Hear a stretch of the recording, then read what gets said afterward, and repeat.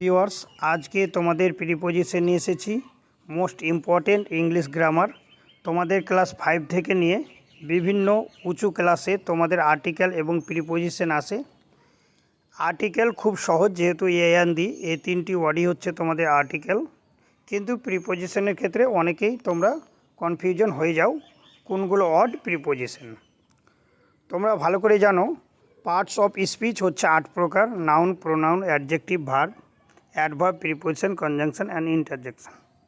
এই যে প্রিপোজিশন এমন একটি জিনিস আর কি বলতে পারি আমি, যে কোনো সেন্টেন্সের ক্ষেত্রে প্রিপোজিশন না থাকলে সেন্টেন্সটির মানে একটু অন্যরকম হয়, অর্থাৎ ফুলফিল মানে হয় না।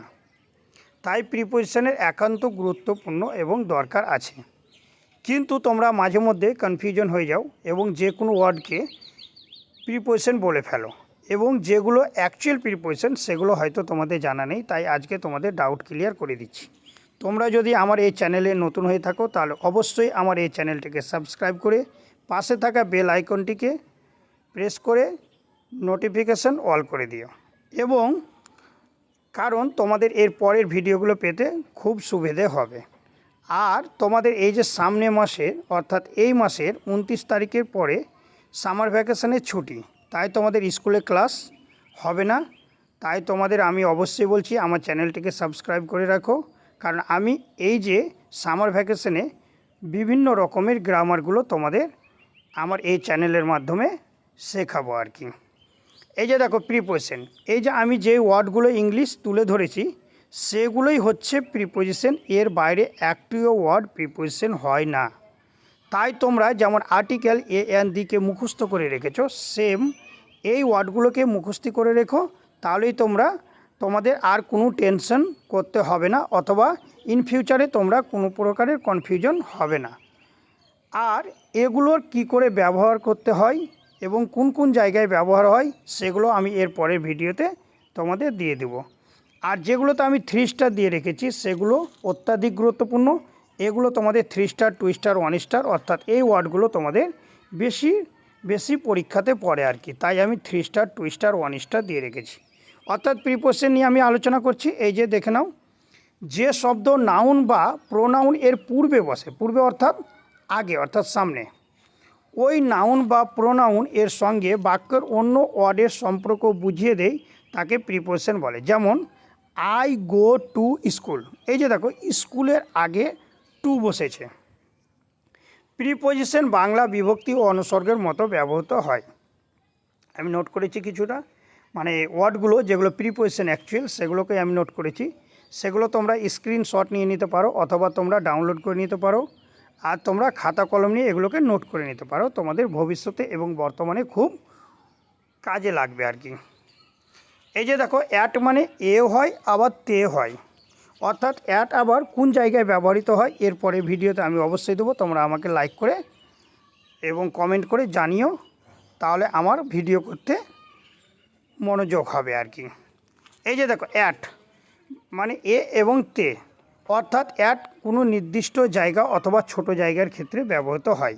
যেমন তুমি বলতে পারো আই লিভ অ্যাট কোনো একটা গ্রামের নাম, যে গ্রামে তুমি বসবাস করো আর কি। অ্যাভব মানে উপরে, এই যে দেখো টুইস্টটা দিয়েছি অ্যাক্রস আড়াআড়িভাবে, এগেনস্ট বিরুদ্ধে, এমং মধ্যে, এই যে দেখো 3 স্টার। এমং বলতে কি মধ্যে, তাহলে বিটুইন মানেও মধ্যে হয়। তাহলে বিটুইন কি হয়, দুজন, দু ব্যক্তি, দুটো বস্তু, এই মানে দুটির মধ্যে যখন তুলনা করা হয় তখন বিটুইন বসে অথবা বিটুইন বসে। কিন্তু এমন কখন হয়, যখন অনেকের মধ্যে হয়, অর্থাৎ দুইয়ের বেশির মধ্যে যখন হয় তখন এমন বসে আর কি। আফটার পরে, বিফোর পূর্বে, বিসাইড পাশে। এই যে দেখো এবার দেখো নাও, এই যে বিটুইন, দুইয়ের মধ্যে 3 স্টার, আর বাই দ্বারা 3 স্টার, ডাউন 2 স্টার নিচে, ইন মধ্যে 3 স্টার দিয়ে রেখেছি, ইনটু ভিতরের দিকে, ইনটু আবার কখন হয়, যখন কোনো কিছু, অর্থাৎ তুমি মনে করো তুমি একটা ঘরে প্রবেশ করছো তখন ইনটু হবে। এই যে দেখো, আর যখন তুমি ঘরের মধ্যে থাকবে তখন ইন হবে। এবার বলছে দেখো লাইক মানে কি মতো, লাইক মানে যদি মতো বুঝায়, অর্থাৎ কারোর সাথে কম্পেয়ার করা হয়, তাহলে কিন্তু প্রিপোজিশন হয়। কিন্তু আবার লাইক মানে যদি পছন্দ করা হয় তাহলে কিন্তু ওটা ভার্ব হয়ে যায়। যেহেতু পছন্দ করা অর্থাৎ কাউকে কোনো কিছু কাজ করা বোঝাতে গেলেই ভার্ব হয় আর কি। ওয়ান মানে উপরে, ফর মানে জন্য, ফ্রম মানে থেকে, নিয়ার নিকটে, অফ অর্থাৎ র বা এরকে বোঝানো হয়, ওভার উপরে, আউটসাইড বাইরে, আউট অফ কোনো কিছু থেকে, সিন্স কোনো নির্দিষ্ট সময় থেকে, টু দিকে অথবা প্রতীকে বোঝানো হয়, 3 স্টার, টুয়ার্ডস অভিমুখে, থ্রো ভিতর দিয়ে, আপ উপরে, 3 স্টার, আপন উপরে 3 স্টার, উইথ সঙ্গে 3 স্টার, উইদিন সঙ্গে অথবা সাথে বোঝানো হয়, উইথ মানে আর উইদিন ভিতরে, উইদাউট ব্যতীত বা ছাড়া। এবার তোমরা স্ক্রিনশট নিয়ে নিতে পারো, আমি এখানে সবগুলো একসাথে লিখে রেখেছি। এবং তোমাদের উপরে এই যে 1 বাই 1 দেওয়ানো আছে এবং স্টার ওয়াইজ দেওয়ানো আছে, কারণ তোমাদের পরীক্ষার ক্ষেত্রে এই স্টার ওয়াইজগুলো করলেই বেশি ইম্পর্টেন্ট। কারণ এই যে অ্যাট, অ্যামং, আফটার, বিফোর, এই যে দেখো এর আগে আমি এই কয়েকটা ওয়ার্ড বলিনি, বিনিথ, এই যে এই জিনিসগুলো এটা তোমরা দেখে নাও আর কি।